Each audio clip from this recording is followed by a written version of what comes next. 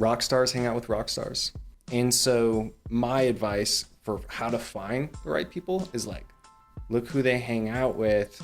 And then if you talk to someone and you're like, well, I don't know, are they legit? Are they BSing me?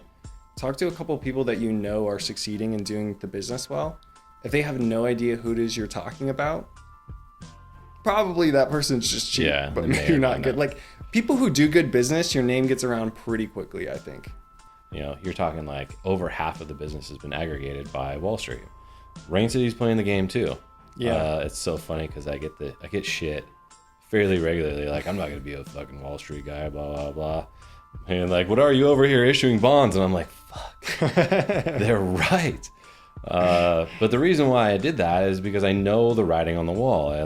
This is a business. This is the mortgage business in like the early 80s when the Swifts were coming around and like the banking, all the interest rates were going crazy. And then all of a sudden, like there was money to be made. So people were investing heavily into it, and it just got really kind of corporatized over time. Yeah. The thing that's going to be interesting, and the reason why it's liked so much now is because your risk-adjusted returns are phenomenal. I think the biggest change in perspective, at least in terms of business, is that I basically went through like 2 to 3 years of like, oh my gosh, like business is so hard. It's so hard to make money. It's so hard to succeed. And then transitioning into this, my perspective now is like, I feel like it's easy. You just have to be competent, trustworthy, and provide value to others. I kind of had more of a shift in abundance mindset and really understanding how to protect and set people up with wins. And I think maybe how that transitioned into like how other people on the team see me or other people at Rain City, it became more of a mentality of protecting my borrowers and putting them in a really good position rather than pushing stuff through. Sometimes people just run into issues like, you know, one guy loses his job right after buying his first flip. Like, I don't know. I can't really anticipate that. What up? It's Fred Ray, the guy who started Rain City Capital back in 2009 when private lending wasn't exactly the cool kid on the block. Welcome to Good Nuggets, a podcast that's as much about the failures and holy shit moments as it is about the wins. Here's the deal. I watch people go from nearly walking out of the door to becoming absolute powerhouses in this business. We'll get into the weeds with loan officers, talk strategy with fellow lenders, and swap war stories with entrepreneurs who have been there. No fluff, no corporate BS. Just authentic conversations and practical takeaways you can actually use. So grab whatever you're drinking, get comfortable, and let's get after some good nuggets. All right, everyone, we are here on Good Nuggets. I'm Fred Ray, and we got a special one for you today. We got the Jared from Jared Does Hard Money. Look at this mustache man over here. Jared's been with Rain City for a year and a half, and he is looking good today. He's ready to give you some good nuggets. You ready? I'm so ready, man. Let's get into this. Okay, so one of the things that has always intrigued me about you is your kind of like journey through life, but even knowing you. I mean, how long have you been in Rain City? I started February 1st, not this year, but the year before. So almost exactly a year and a half. Yeah, I got like a year and a half.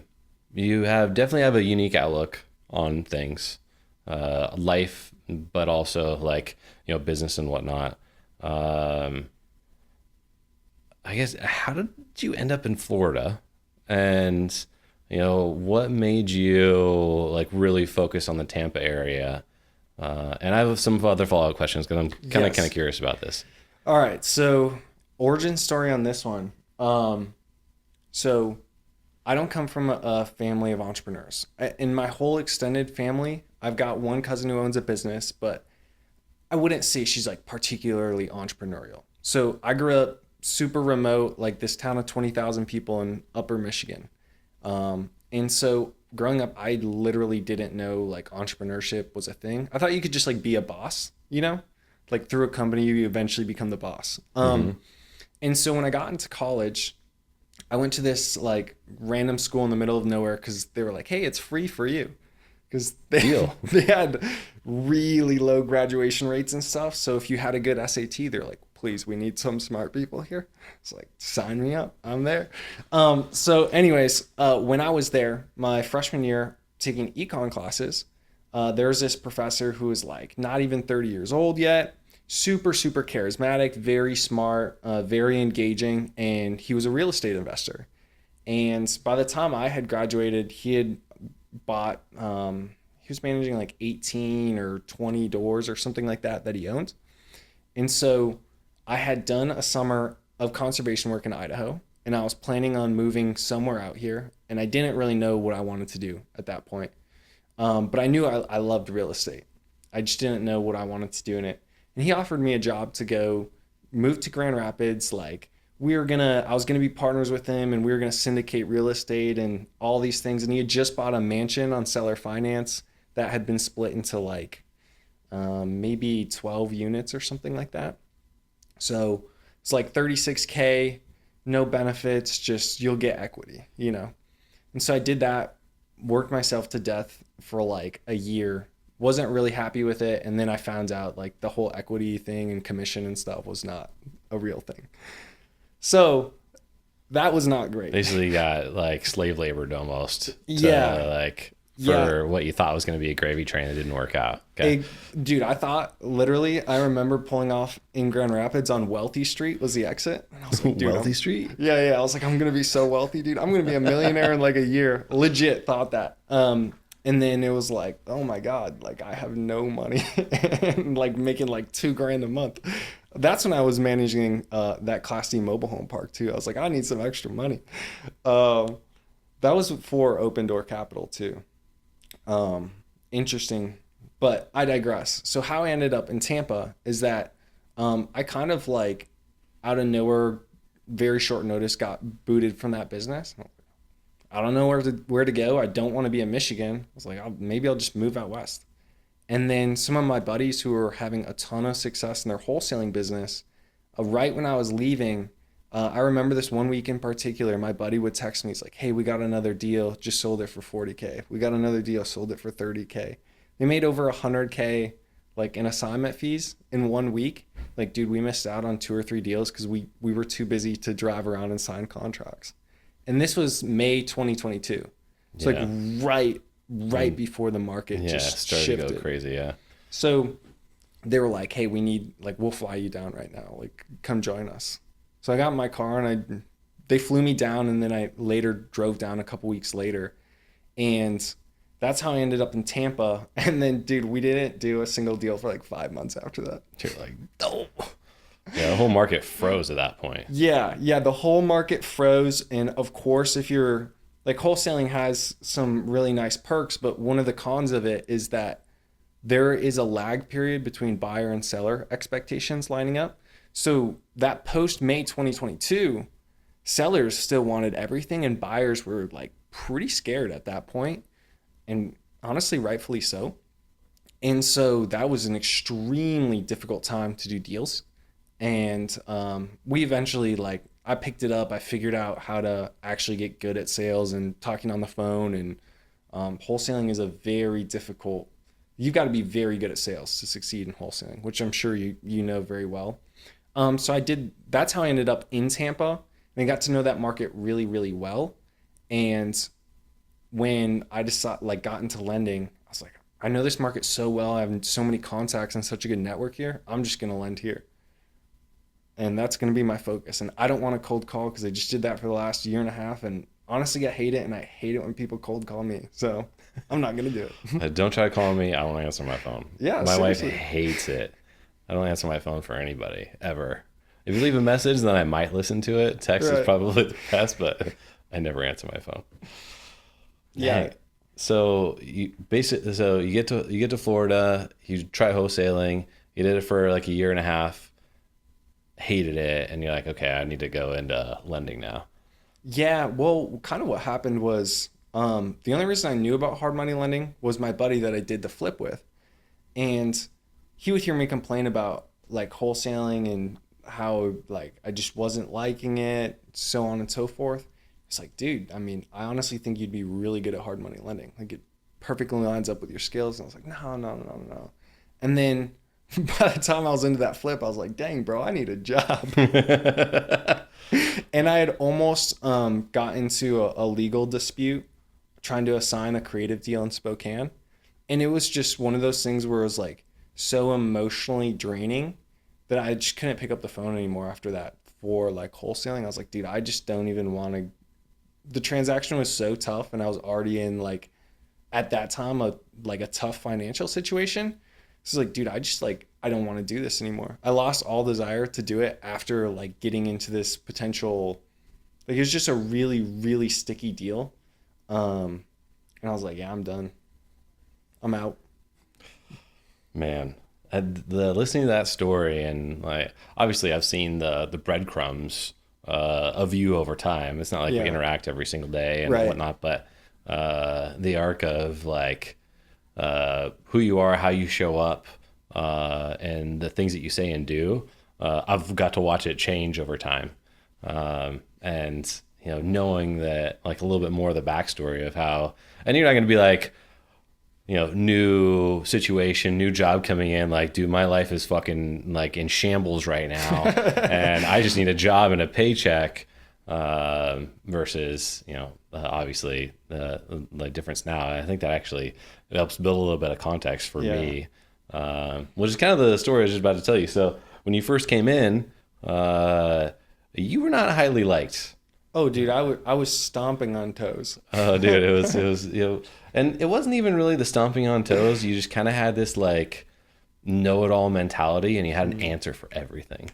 And being in your situation over, like you've been in tangentially in this business for a long time, so knowing what's going on, I mean, you do know what's going on, right? But it's kind of like me with the whole title, like all the title. That was like 5 years into my career. I had all these like title reports that were sitting down below my desk. I don't know what the fuck title was. Like same thing. I'm talking trash about you do it, but I did the exact same thing. But now like you've kind of earned the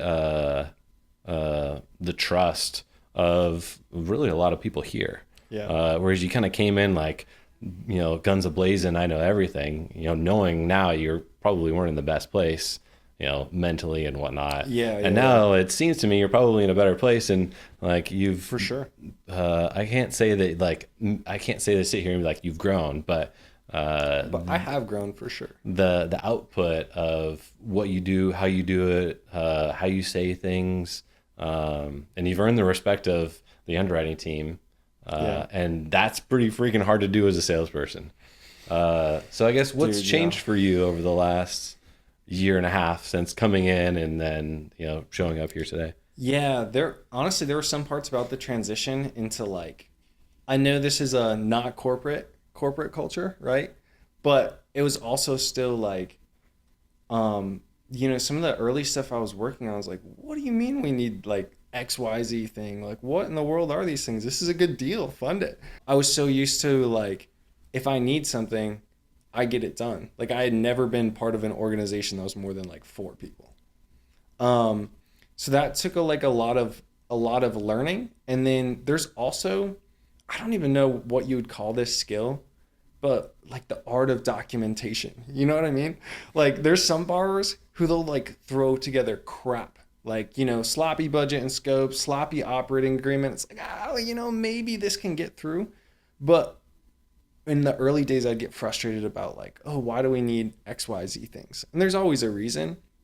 But over time, getting better at like coaching clients on, and this is honestly like kind of one of the other LOs, Alex, like his mentality of, no, dude, stop sending me crap. Clean this up. Get it really clean, send it back to me when you actually take some time to do your job and be thorough with stuff. And having more of that, someone's coming to you asking for money. You don't owe them anything. If you want us to give you hundreds of thousands of dollars, take some time, put together something that's organized and neat where someone else would see it and be like, you know what? I do feel good about sending this person hundreds of thousands of dollars. So that was a learning curve, just the communication process, interacting with a lot of people. Dude, I didn't really know how to use emails very well, to be honest. Like there's a whole art around emails. I'm like pretty good at it now. Freaking emojis and Grammarly, right? Dude, or like who do you link in on what thread, and like forwarding versus reply all versus BCC. Like honestly, it kind of takes some getting used to. Before that, it was always pick up the phone, get stuff done. I guess what's your mindset change? I mean, you got used to the corporate environment, but what outside of that has changed in your life to kind of get you to a point of being the underwriting's crosshairs of like, this is someone I trust versus. Yeah. I think the biggest change in perspective, at least in terms of business, is that I basically went through like 2 to 3 years of like, oh my gosh, like business is so hard. It's so hard to make money. It's so hard to succeed. And then transitioning into this, my perspective now is like, I feel like it's easy. You just have to be competent, trustworthy, and provide value to others. And so during that, like those first months, I actually remember getting one of my first deals came from somebody who was like, I need a hard money loan, like kind of a friend of mine in the same mastermind group. And I looked at the deal. I was like, hey, look, man, don't put this under contract. This isn't a good deal. It looks like it's a block home, but that's just stucco. It's frame. Like, I don't like this deal for you. And I ended up getting them into like, they sent me this other deal. It's like, dude, lock this up right now. Go over asking if you have to. Like, get this under contract right now. And it was a really good deal. They did really well on it. But it was after some of those wins that I kind of had more of a shift in abundance mindset and really understanding how to protect and set people up with wins. And I think maybe how that transitioned into like how other people on the team see me or other people at Rain City, it became more of a mentality of protecting my borrowers and putting them in a really good position rather than pushing stuff through. And like not every loan I've done has been perfect. There are a few that I'm like, toss up if I do that again or not. Sometimes people just run into issues like, one guy loses his job right after buying his first flip. Like, I don't know. I can't really anticipate that. Yeah, life happens. Yeah, exactly. Life happens. I don't know. Sometimes I feel like a lot of times if people would just listen to like my advice as somebody who sees a lot of these deals go through, they'd put themselves in a better situation. Stuff like people running into extensions but still listing the property aggressively on the MLS. Do you really want to pay an extra 2 points just to wait 30 days for the market to tell you that's too high? Your choice. Yeah. I mean, it's always tough being in those situations, though. It's like the emotion takes over and Yeah. you're like, well, what about this? And what about that? What about this? That's certainly something I've gotten way better with in time and just reps. Like being objective about your own situation, I think is pretty hard. Yeah. I think you nailed it with time and reps, though. The more you do it, I think it gets easier, especially if you were to look at flips. Your first one is going to be very emotional, but even by flip number 4 or 5, you're going to have a more pragmatic standpoint of, I underwrote this incorrectly when I bought it. I need to list it, probably at my break-even price. Let's get rid of this, get my capital back, move up. I think I had the reverse arc. I think it did really well. And then I just like let it go off the handle and then I screwed it all up. I remember you saying in one of our meetings, you posed a question of what's of any trait that you look at from borrowers. It could be their assets, their credit, their experience. If they live in the same city, they're flipping it or not. What's the number one thing that we need to, I don't know, is maybe a predictor of possibly them doing wrong? And I think you were like flip number 3 or 4 seems to always be the one that people get overconfident if they've made money on the first couple. And then guns a-blazing. I did the exact same thing. Yeah. It's 3 to 6. If they have 6 flips or more, they know how to do it. And if they still have money, they probably are doing it well. Right. It's always like, the arc is, okay, I got this deal, flipped it, made money, fantastic. Got this next one, they're paying extra special attention to it. Maybe they've met with another contractor or whatnot. Do that second one, great. And then they put enough money together. We're like, well, fuck it. I did 2 great. I'm going to go buy 2 more right now. Yep. And then the underwriting slides a little bit. They're feeling invincible and whatnot. Maybe they go buy a 5th and then all of a sudden, like, they're underwater. Like, holy shit, what do I do with this? Dude, having more than 2 or 3, like, multiple $100,000 loans that you're like, these are short term, and when they're due, they're more or less due. It's kind of scary. Like you can get yourself pretty messed up by having short term debt if you don't have the ability to exit on a refi. Got the rose-colored glasses on. There you go. Oh man, that's fun times. Not really fun times, but so you don't live in Tampa anymore though. No. And you moved to Washington? Yeah, Spokane. Spokane. Why Spokane? So that summer after I graduated college, That's right, so I was because you in were in Idaho. Idaho, yeah. Yeah, so we ended up spending 5 weeks of the season in the Panhandle. It was actually dope. We were at this, Panhandle Northern end Idaho. of Idaho, yeah. Yeah, not of Florida. That would be horrible. Oh yeah, I'm like, are we talking like Pensacola here? Like, what's No. going on? No. So, like Sandpoint area, and we had this campground that we were fixing up. So we got it all to ourselves, and it was on. I don't remember which lake or river it was on, but it was just gorgeous. And we'd wake up to like eagles every morning. It was awesome, and I was like, I love this place. It reminds me of where I grew up, except there's mountains. And I'm a sucker for, I just hate stuff that's popular. So for instance, Colorado is like, oh, it's so popular. Like that's where you go for mountains. I'm like, I'm out. I'm not going there. Denver, no. I want to go, like I'm just really love hidden gems. I don't know why I'm like that, but I don't like liking things that are popular. It might be an ego thing. I don't know. It's like, this is a really cool place. What about a movie?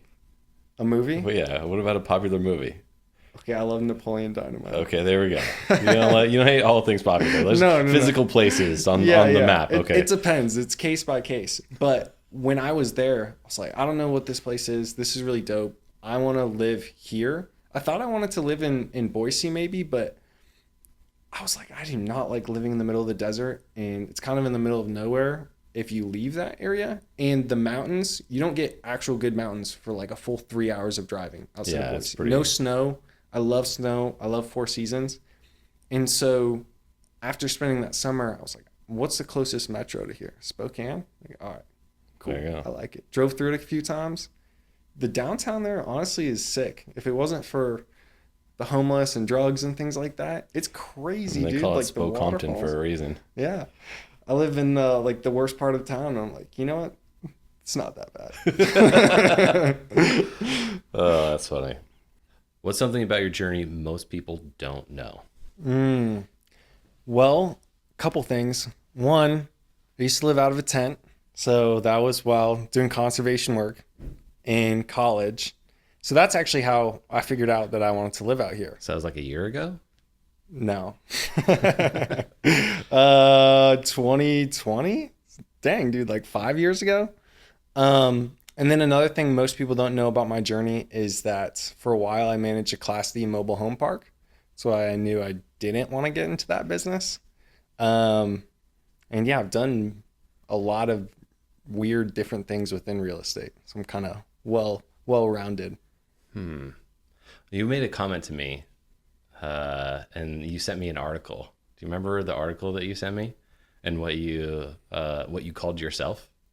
No. You don't remember? Should I be reminded? You called yourself a dirtbag.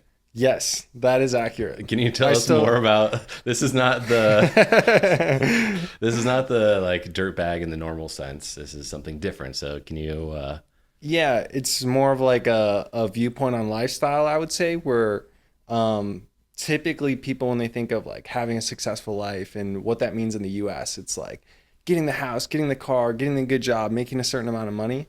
But dirtbag is more of a mentality of like, I want to get out into nature, have freedom, be able to travel around. And so the dirtbag culture is just like, you know, that's the type of people living out of vans, doing weird stuff like that. That's part of the reason that in the future, I want to buy RV parks and campgrounds, really embrace that, merge the entrepreneur and that lifestyle. So has that changed much over the years? No, I want to not actually at all, really.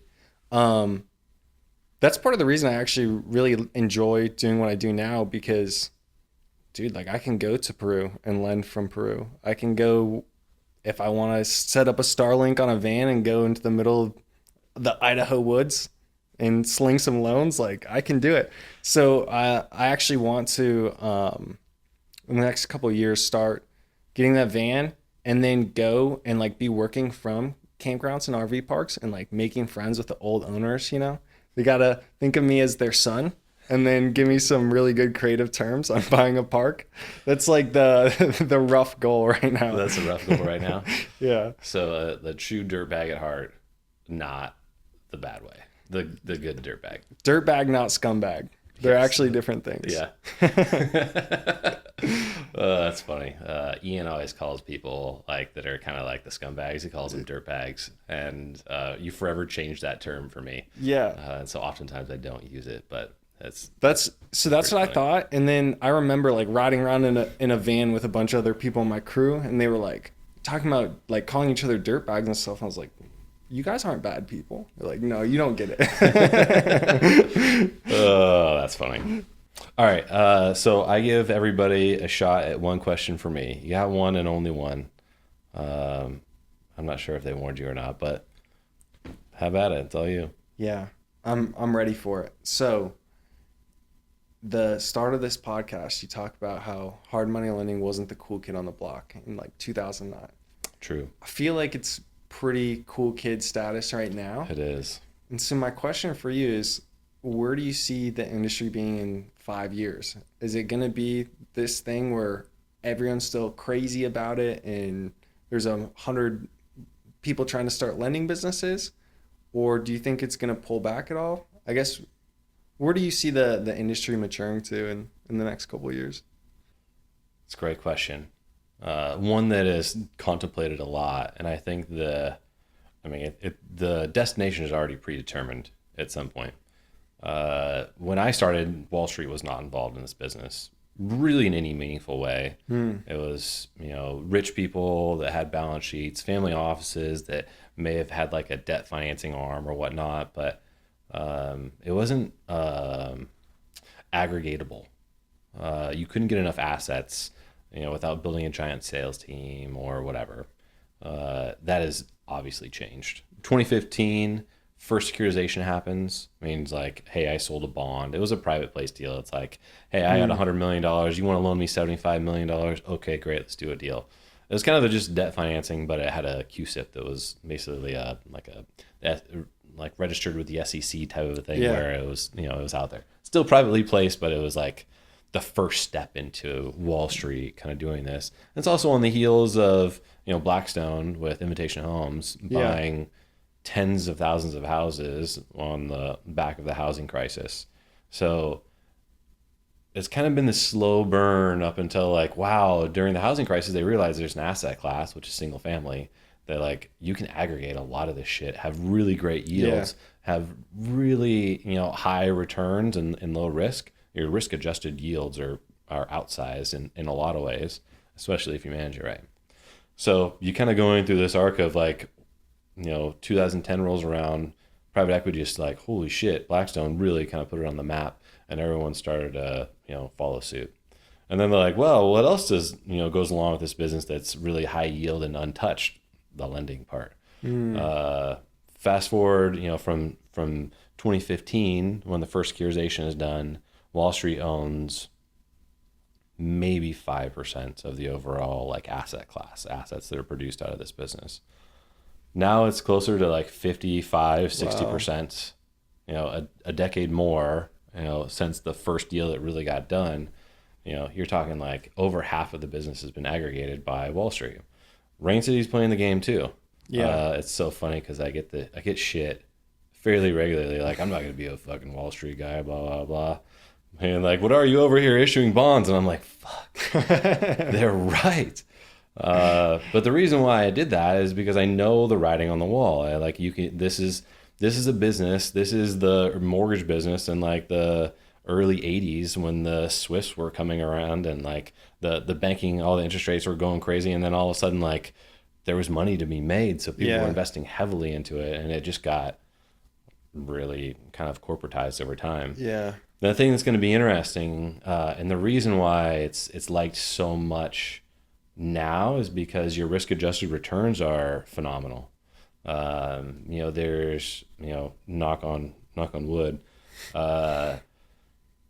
when investors, the end bond buyers, they invest in this business, it's relatively safe. I only know of like one or two that have really kind of blown up in any meaningful way, where the bottom tranche got touched. Usually the top ones, but they're getting paid for or whatnot, and that's like the end buyers, right? Yeah. Now there's rated securitizations that are happening. Rain City is starting our first rated securitization, which drops our cost of capital down by at least 100 basis points. Yeah. So all that said is that at some point the interest rates are going to come down. If they do, which they may or may not, I think there is kind of like there's a bid-ask spread that is going to be required to, that's a dumb way of saying it, like the people need to make enough money to be able to invest in this. Yeah. But assuming there aren't significant losses along the way and performance stays relatively strong with like the underwriting and whatnot, we're going to see interest rate compression over the next 5, 7, 10 years that will make us look more like a non-QM lender Got it. than we are quote unquote hard money. Right. There's a lot of nuance to that, and there's a lot of different things that can shape it. Like a lot of technology is coming out. Like I saw this guy that was driving like the Matterports, Yeah. he's driving drones through houses. All you got to do is open up the door, drive this 360 drone through the house. You got your Matterport, you're done. You don't need to like stick a stick in the ground and like do the circle camera thing and then do it. I mean, That's crazy. so there's a lot of So we'll be doing our inspection reports with a drone in a couple years. That's yeah, what I you're saying. think so. Honestly, that'd be super cool. Dude, that actually would be super I mean, you do just pay some like college kids to go out there that fly drones. They're gonna be better than anybody else at flying these things. The drones are like $1,000 too. All you have to do is pair it with the technology, give it the right address, fly it up, fly it down. I mean, you know everything about this place. You guys heard it first, coming in 2027, Rain City drone inspection reports. Dude, I would, anybody that is actually doing that, I would definitely invest in that for sure, 100%. But there's a lot of things that are really going to help out in the physical nature of the business. Like you said, that you have to have your dream team, right? Yeah. That is still where the secret sauce is made. It's like the little changes you make. I mean, I remember the first REO that we lost money on. It was actually a nice house. They just invested in the wrong things.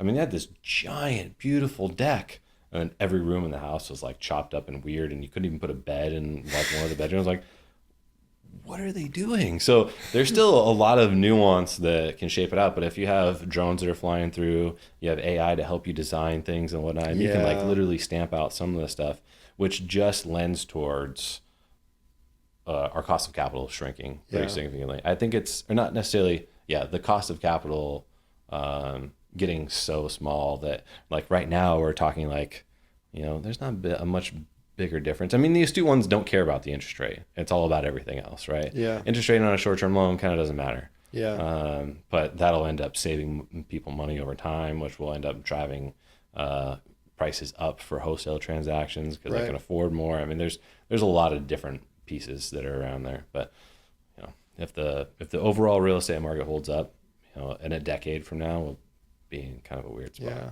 And when we talk about no buyers, that's pretty much all just Wall Street, right? No, not now. But most of them have a Wall Street takeout in mind. The other like kind of silent Goliath that's in the room that no one really talks about is insurance companies.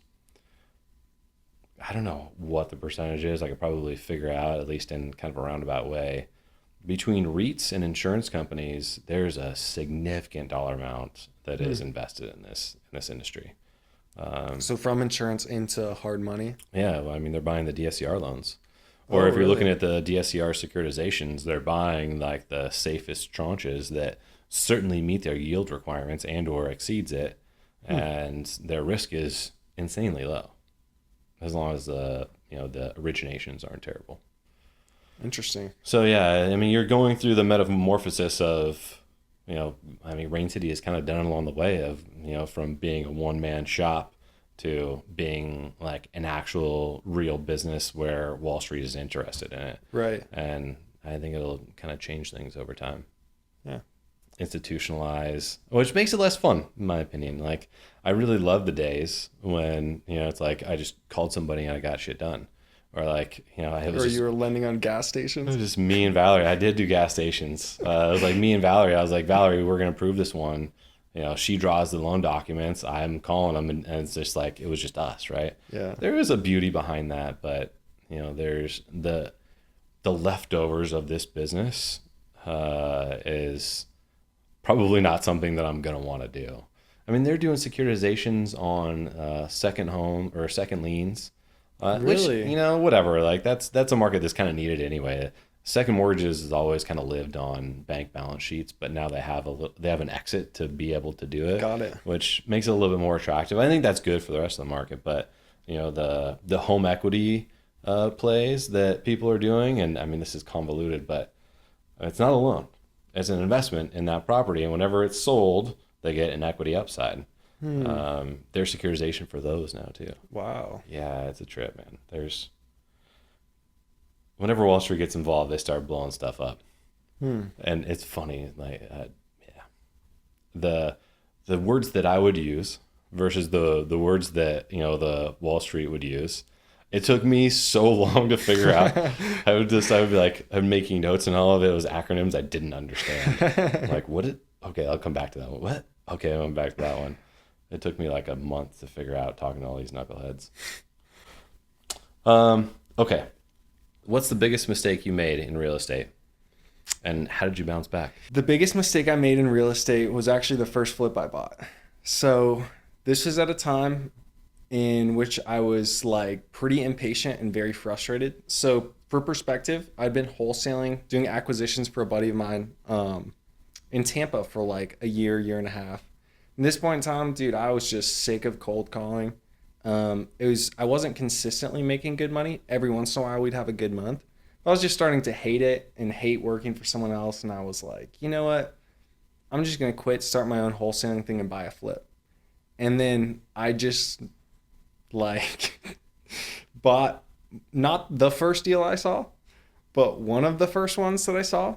And I actually was literally dead on with my ARV. But my reno budget ended up being close to double what I thought it would be, which was literally just lack of diligence and insight on my end. And I didn't really have enough reserves, and I just gave up my income because I quit my job. And so by the time that flip was done, I literally had no money left. Borrowed from my parents to finish the renovation. And that was terrible. I mean, that was terrible. Like, my mindset, terrible because I couldn't put money into marketing for my new wholesale operation. It was a huge mistake. But from that, it made me like extremely protective of other people's capital when they come to borrow from us, especially on what's realistic for a reno budget. How much money do you actually need, not just what checks the box on like our liquidity requirements. But yeah, coming back from that one took some time, that's for sure. So talk about that. Like so did you just lose all your money? Did you lose your investment? Like what was the outcome?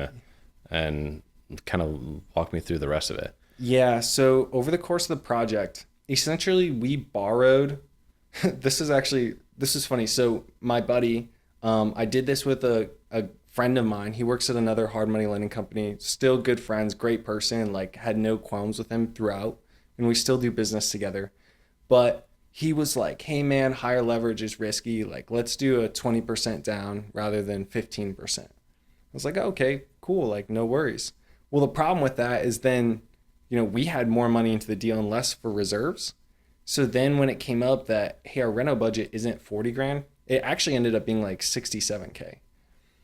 And I wasn't very smart with like how to get more liquidity on like 0% interest business cards and things like that. So it was like, once we kind of were running low on money and I wasn't really making an income, it's like, well, we can put this on personal credit cards and be paying like 26% a month. Like, ouch. And all of that stuff. So we just ended up going through it slowly, which was not really smart. We should have just ponied up and been like, hey, mom and dad, send me some money right now so we can finish this thing. But once we did get it listed, we listed it exactly at what it needed to sell for, and we were pending in 2 weeks.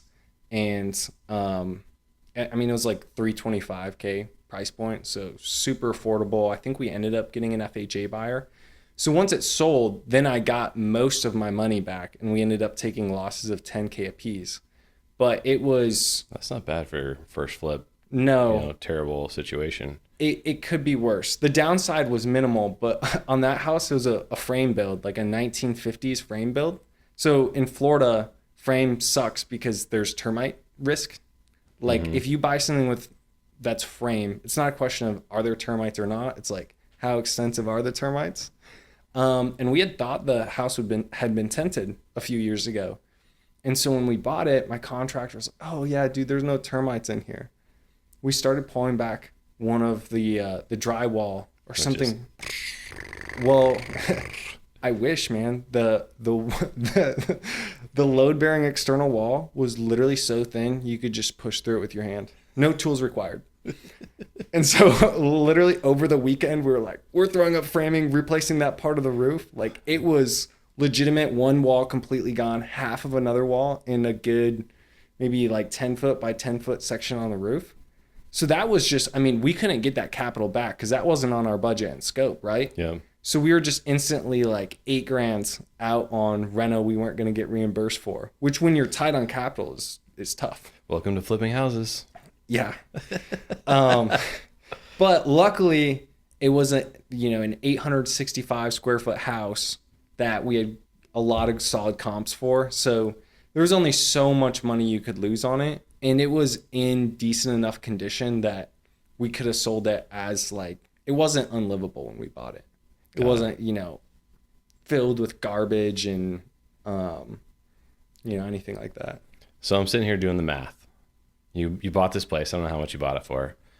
You were $27,000 over on your budget. Yes. And you lost $20,000. So where's the $40,000 swing are? Like, were you just going to make $7,000 and call it good? Like what, where did the math go wrong here? All right. There are some things that I did not math properly. ARV I was right on, but, dude, I was surprised by how much title fees were. Mm-hmm. This is the first hard money loan. So I was like, wait, what's this extra $2,000 in fees? Processing fees. What's that? Wait, why is it extra on the title work to get a mortgage recorded? Like I have to pay another $2,000 for that. All of those things surprised me. Then we had a little bit longer holding costs, but one of the root problems of it was like, man, if I could make $25,000 on this flip, I'd be set. Like that sounds good to me. Which is not Dirtbag for real. Let's go.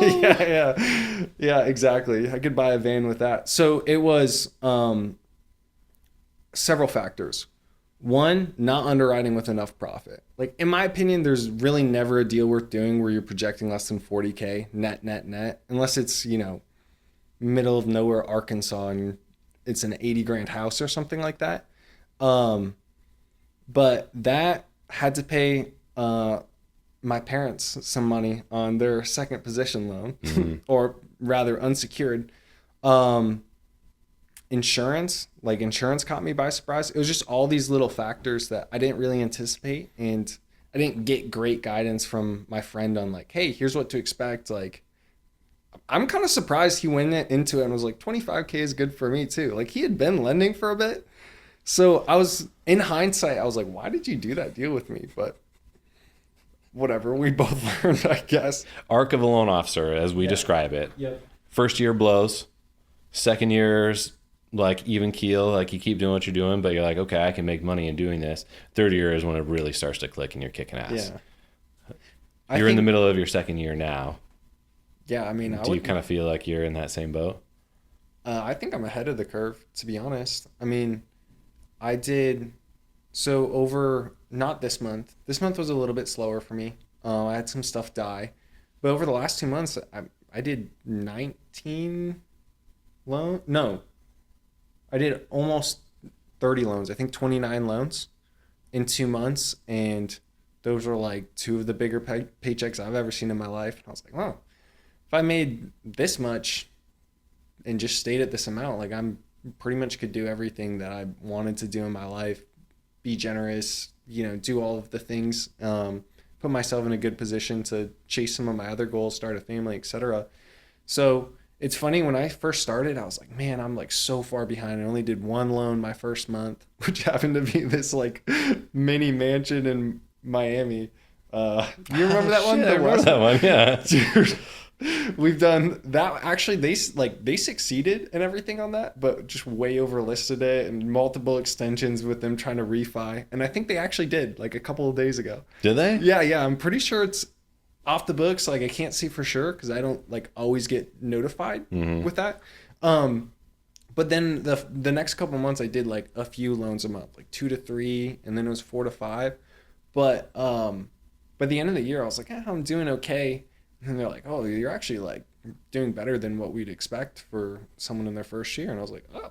And the money wasn't like horrendous my first year. It was okay. I mean, when I went from not making money for 5 straight months, I was like, this is nice. Hey, I'm actually making money.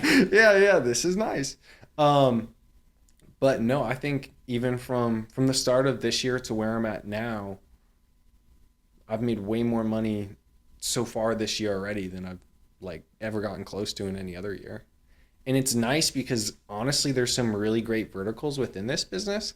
Like I get first look at a lot of fix and flip deals. So if I want to buy one, I can buy one. And by the way, like I have good relationships with project managers and GCs because they work with my clients. It's like, dude, the flip I bought most recently, never saw it, will never see it. And I think we're going to do really, really well on it. And it's great. And I handled the loan, so it was really easy to, like, it wasn't a hassle to get approval, and I knew what was realistic from the start. So all of that's really great. And there's really great verticals within this business, which I really enjoy because that helps me with like my more entrepreneurial spirit, where I don't have to be like, all my money is made through Rain City and this is it. The amount of flexibility and freedom I have to be like, this is how I want to market. This is how I want to grow my business. I mean, you mentioned earlier, have taken a different route than most loan officers. Like that's for sure. I don't cold call. I'm very focused on social media, and very focused on like Tampa Bay is about 70% of all of my deals, which is good and bad. It can be great, but then when a market dips, that's really tough. Yeah, that's not great. But I also really like that because the one thing, like you can get shopped on price, you can get shopped on speed, you can get, competition on how few docs one lender will require, how quickly they can give approval. But it would be very, very difficult for someone to go to me and be like, hey, I actually found a lender that knows this market better, has better contacts for me, and can help me find a better deal. That's a strong moat. And then the social media is a really strong moat. It's taken me like 3 years to get good at social media. Like I sucked for so long. And now I have like my own little VA team that helps me run all of that. And those are just like, you'd have an extremely difficult time just one day being, I want to get into hard money and I'm going to compete on knowing the market better, this market better than Jared, and having a better social media presence. That'd just be really hard. So that's what I've really focused on. And it's different, and I think it's been successful for me. Nice. That's awesome. All right. If you had one piece of advice to give a new client or an investor, what would that one thing be? One piece of advice would be to find the dream team. A really good example is one of my borrowers. He was referred to me from actually a good friend of mine who I think is a stand-up wholesaler. And this guy, when I tell you he does not know anything about real estate, he doesn't. But when I was able to provide him guidance on what is a deal, what's not, teach him how to underwrite, got hooked up with a contractor that I really trust, a really good agent locally. That guy, his first flip hit the market. He was able to find it, also bought it from a wholesaler I know. He was able to find that deal in like a couple months of looking. Really good deal. He actually ended up doing the reno for less than I thought he would.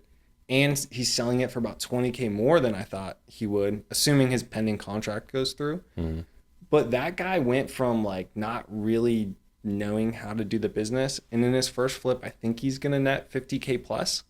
And it really was for him just getting hooked up with the right people who are going to guide him, rather than what I see a lot of people do, which is like, oh, let me talk to a lender. Who's the cheapest? Okay, contractor, who's the cheapest? It's like, it's a weird thing to do in this business when there's so much downside, but also so much upside. Like, dude, work with the best people. Yeah. That would be my piece of advice. So how do you find out who the best people are? Because looking for the cheapest, sometimes they are the best, sometimes they're not, right? what's your advice on your advice? Like, take it a step further. What would you do to go and find the best people? Rock stars hang out with rock stars. So like for me, I'm in a mastermind group in Tampa that's a fairly high price point to get in. And if people in that group aren't doing the business the right way, like they're booted pretty quickly.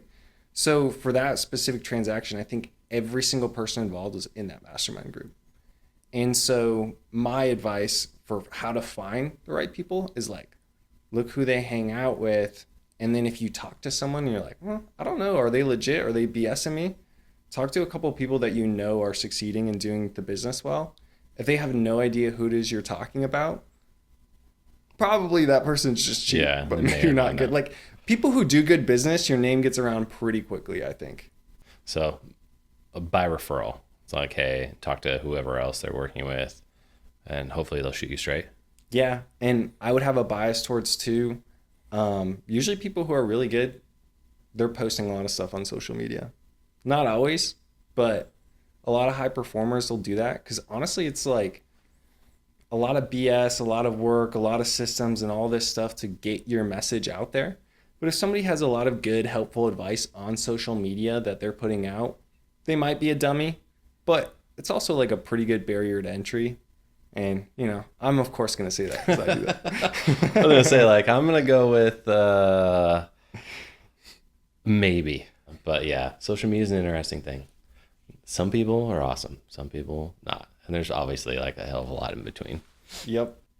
All right. So knowing the arc of the loan officer, what's the advice that you would give someone, let's just say they're 6 months in, maybe not having as much success, or maybe they're just thinking about getting in the business. What would you tell to them? I'm talking peer to peer.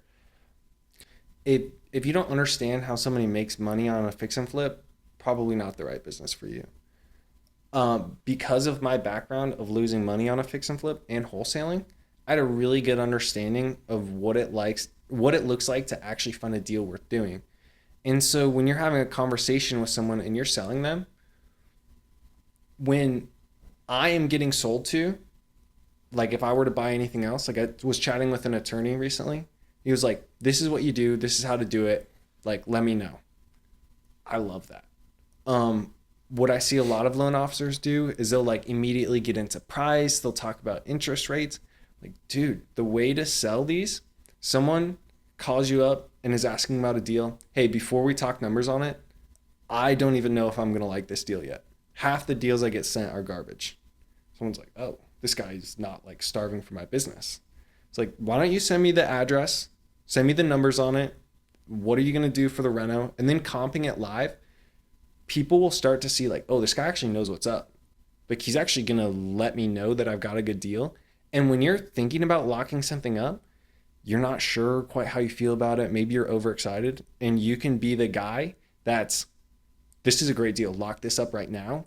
Do you really think they're going to pick up the phone and be like, okay, thanks for the advice. Let me call lender B. When you have that type of confidence in actually understanding the market and actually understanding what looks like a deal, people will usually never think to call someone else. I actually get told that regularly on my calls. They're like, hey, I was going to call someone else, but you clearly know what you're doing. Let's get this started. So that would be my advice. Like, know what you're doing, which can be hard if you're new to the business. Yeah. That's really the most difficult part. I'm really grateful for as much as my background sucked in a lot of ways. I did not know it at the time, but it was really preparing me to be able to have those conversations. And the first loans I ever got were because I told people if their deal was good or not, or found them a deal. Somebody doesn't shop you usually if you find them a deal, which is super hard to do. Yeah. I have been shopped on that before though. Those people get blacklisted. I've been telling people that for years. Like, and I've always been, I mean, it says it on all of our marketing, and I'm so glad to hear you say it. Like, we never fund a deal that we don't believe in. And, you know, kind of sometimes it has to go to the underwriters to end up getting there. But I'm notorious for telling people not to do transactions and like, hey, like you might make money on this, but, you know, that's best case scenario. I think likely scenario is you got, you know, whatever, you got $5,000 on the table. Yeah. And, And when people end up closing loans and they go somewhere else and they call me back 6 months later, they're like, shit. So can you help me out on this refinance? Because I'm getting screwed right now. I'm like, man, I would love to. But, I mean, you got to bring a lot more money to the table because you shouldn't have done this deal in the first place. Yes. But the one thing so I'm just going to reiterate what you said is like, learn how to comp a house and then be consultative, and then the rest takes care of itself. Yes. As long as you have a lead source and a marketing and whatnot, like as long as you have deals coming in, getting the reps and at bats, yeah, that's such great advice. Yeah. When Jeff actually interviewed me, Jeff is one of the sales directors here, OG sales director. Yeah, he's OG. And I remember during our interview, we were talking about that first fix and flip I did. He knew within 30 seconds that I lost money on that. When he started asking me the questions, he's like, yeah, this wasn't a deal. Why did your lender fund this? It's like, good question. I mean, there wasn't like, it wasn't a loan own situation. He was in it with me, but it was like, yeah, good point. So if Jeff was selling me a loan, I would have been like, all right, I'm working with this guy after this. Yeah, that's wild. Some people don't appreciate it though. I've been on the receiving end of like I didn't actually, I don't care about your opinion. Yeah. I'm like, well, I mean, I can't fund this deal. And this is when it was my own money, right? It's like, I can't fund this deal. Like, this is, no, I would love to. But you're going to have to put like, 60% down. And I'm like, well, I'll go find someone else. Whatever. See, now I get the excuse of like, look, man, I mean, this deal seems like it has potential, AKA it sucks. But like, Rain City won't like it, trust me.